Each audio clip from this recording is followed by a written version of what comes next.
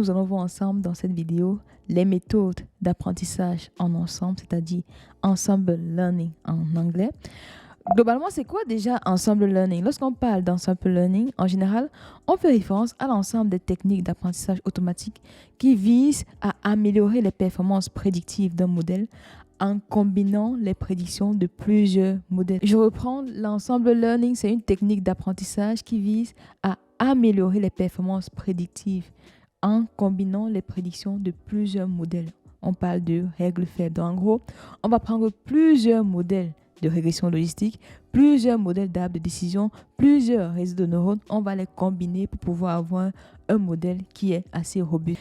Donc, l'ensemble learning, c'est une technique qui a pour principal objectif d'améliorer déjà la précision du modèle, la stabilité et la capacité du modèle à être généralisé en tirant parti de la diversité. Parce qu'on a plusieurs modèles. Lorsqu'on fait de l'ensemble learning, on va agréger plusieurs régressions linéaires, plusieurs régressions logistiques, plusieurs arbres de décision, plusieurs modèles pour pouvoir avoir un modèle robuste qui améliore la précision, la stabilité et la capacité du modèle à être généralisé. Donc, on va capitaliser sur un ensemble de modèles pour pouvoir avoir une règle qui est très forte. Et justement, en utilisant cette technique d'apprentissage en ensemble, c'est possible d'obtenir des performances améliorées par rapport à l'utilisation d'un seul modèle. Donc, le fait d'utiliser plusieurs règles faibles, plusieurs modèles, plusieurs arbres de décision peut conduire à avoir un modèle qui a de meilleures performances. Vous demandez certainement comment est-ce qu'on fait pour pouvoir tirer parti de l'utilisation de plusieurs modèles? En fait, il y a plusieurs approches.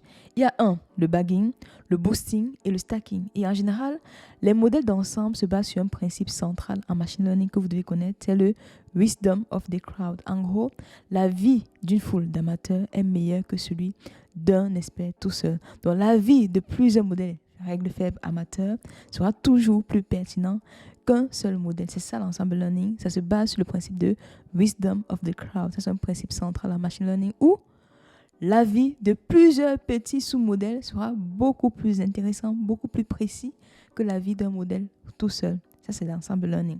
On va commencer tout de suite avec la première technique d'ensemble learning qui est souvent très utilisée. C'est ce qu'on appelle le bagging. C'est quoi le bagging? En fait, le bagging signifie bootstrapped aggregating. Vous voyez dans le nom ici, il y a bootstrap. Ça veut dire qu'en fait, en bagging, c'est une technique d'apprentissage en ensemble qui utilise des échantillons bootstrap de l'ensemble de données d'entraînement pour former plusieurs modèles indépendants.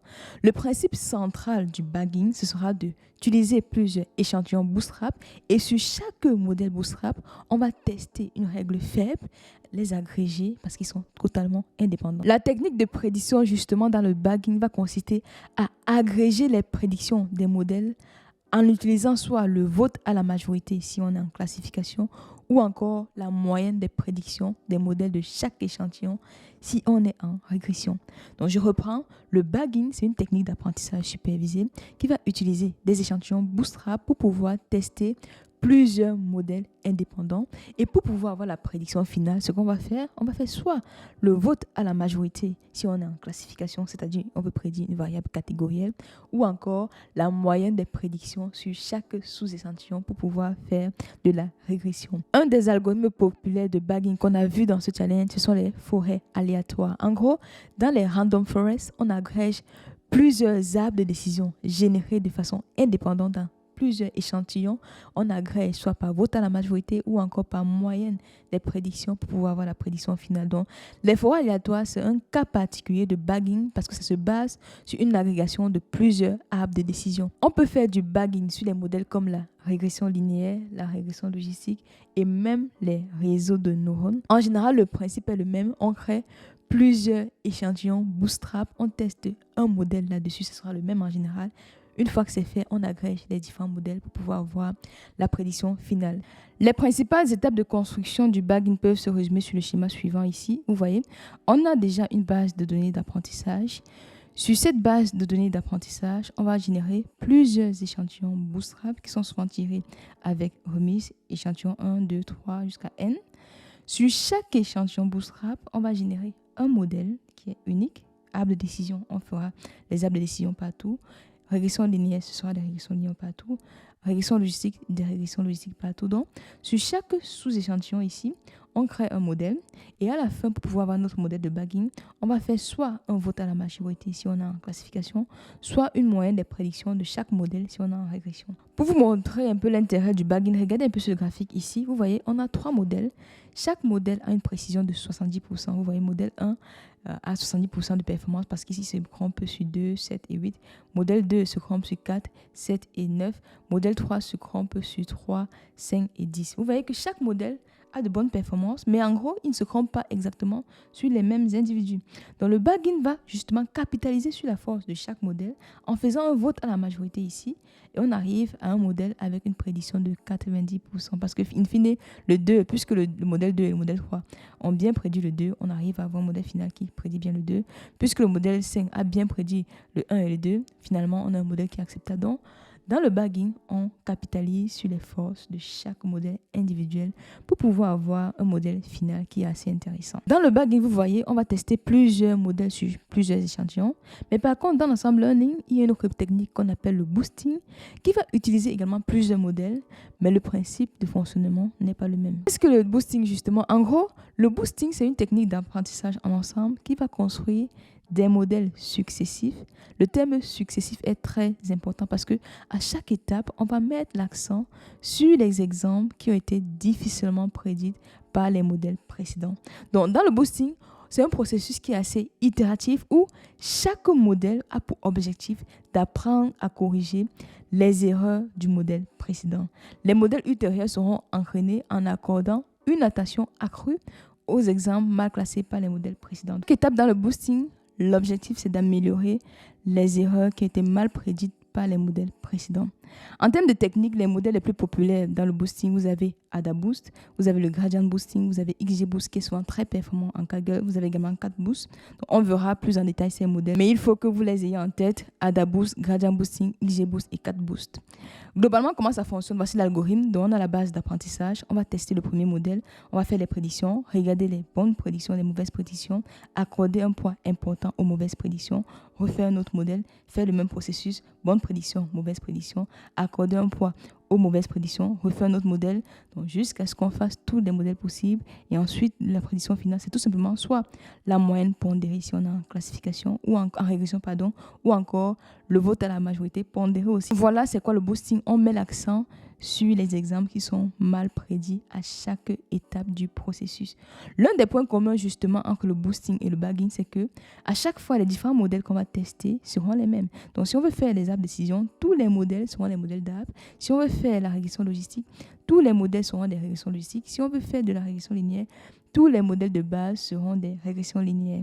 Mais par contre, en ensemble learning, il y a un autre type de modèle qu'on peut utiliser avec des modèles différents. Bagging, boosting, on a les modèles identiques. Mais par contre, dans le stacking ici, qui est une technique d'apprentissage en ensemble qui combine les prédictions de plusieurs modèles hétérogènes en utilisant un modèle de métaclassification. C'est quoi le modèle de métaclassification? En gros, le processus de stacking, c'est quoi? Il y a plusieurs étapes, 3 principales. Première étape, on va former les modèles de base. On peut prendre par exemple une régression logistique, une forêt aléatoire, un réseau de neurones. On va combiner, c'est ça, premier modèle. On fait plusieurs modèles différents ou identiques, mais ça doit être plusieurs modèles de base, différents parfois. Ensuite, on va générer des prédictions sur chaque modèle. Si on fait N modèles, sur les N modèles, on génère des prédictions. La dernière étape du stacking, de l'ensemble stacking, va consister à prendre justement les prédictions des modèles individuels. Ensuite, construire un autre modèle à partir de ces prédictions. C'est ça qu'on appelle le modèle de métaclassification. Les modèles de prédiction de base deviennent les caractéristiques d'entrée du modèle de métaclassification. Donc, le modèle de métaclassification a pour variable d'intérêt l'ensemble des prédictions des modèles précédents. C'est ça le principe de l'ensemble stacking. Et justement, en termes d'avantages, ce modèle peut être utilisé si vous souhaitez principalement diversifier vos modèles et aussi améliorer vos performances. Mais attention, on perd énormément en interprétabilité lorsqu'on fait de l'ensemble stacking. Moi, personnellement, si l'objectif c'est d'avoir un modèle qui est robuste, performant, puissant, oui, pourquoi pas. Mais si vous travaillez avec des métiers, ça peut être difficile de mettre en place un ensemble stacking parce qu'on agrège plusieurs modèles, plus ou moins black box, et ça devient compliqué à la fin de l'interpréter. En termes de process, c'est bien ça ici. On a la base d'apprentissage, on fait un premier modèle sur la base d'apprentissage, un deuxième, un énième, et ensuite on va faire un modèle de métaclassification avec comme input les prédictions de chaque modèle. Donc, chaque variable du modèle sera les prédictions des modèles précédents ici. Voilà, globalement, c'est quoi le stacking? On va combiner plusieurs modèles hétérogènes et ensuite mettre en place une méta-classification qui sera un modèle avec comme input les prédictions des modèles précédents. Maintenant, nous allons comparer les différentes approches suivant plusieurs critères. Ici, si on commence par le critère de construction des modèles, le bagging se base en général sur des modèles indépendants qui sont générés sur des échantillons Bootstrap. Le boosting, c'est un processus itératif dont les modèles sont itératifs. L'objectif du modèle suivant, c'est d'améliorer les performances du modèle précédent. Le stacking, les modèles sont indépendants avec un modèle de méta-classification pour pouvoir combiner les prédictions. En termes de combinaison des prédictions, justement, le bagging se base sur un vote à la majorité si on est en classification, une moyenne si on est en régression. Le boosting, ce sera des poids pondérés en chaque fois en fait si on est en classification ou encore une somme pondérée si on est en régression. Le stacking, on aura un modèle de méta-classification pour pouvoir combiner les prédictions des modèles de base. En termes de diversité des modèles, le bagging, c'est basé sur des échantillons Bootstrap. Le boosting, basé sur les exemples difficiles à prédire. Donc, on va toujours améliorer à chaque fois les exemples qui ont été précédemment mal prédits. Sur le stacking, ce sera basé sur les modèles de base parce qu'on va tester plusieurs approches. Et justement, en termes de test de plusieurs approches, dans le bagging, on aura les modèles qui sont relativement similaires. On aura uniquement soit les arbres de décision, soit la linéaire, soit la logistique. Boosting, pareil, on aura exactement les mêmes modèles, mais sauf que les modèles se construisent de façon itérative pour corriger les erreurs des modèles précédents.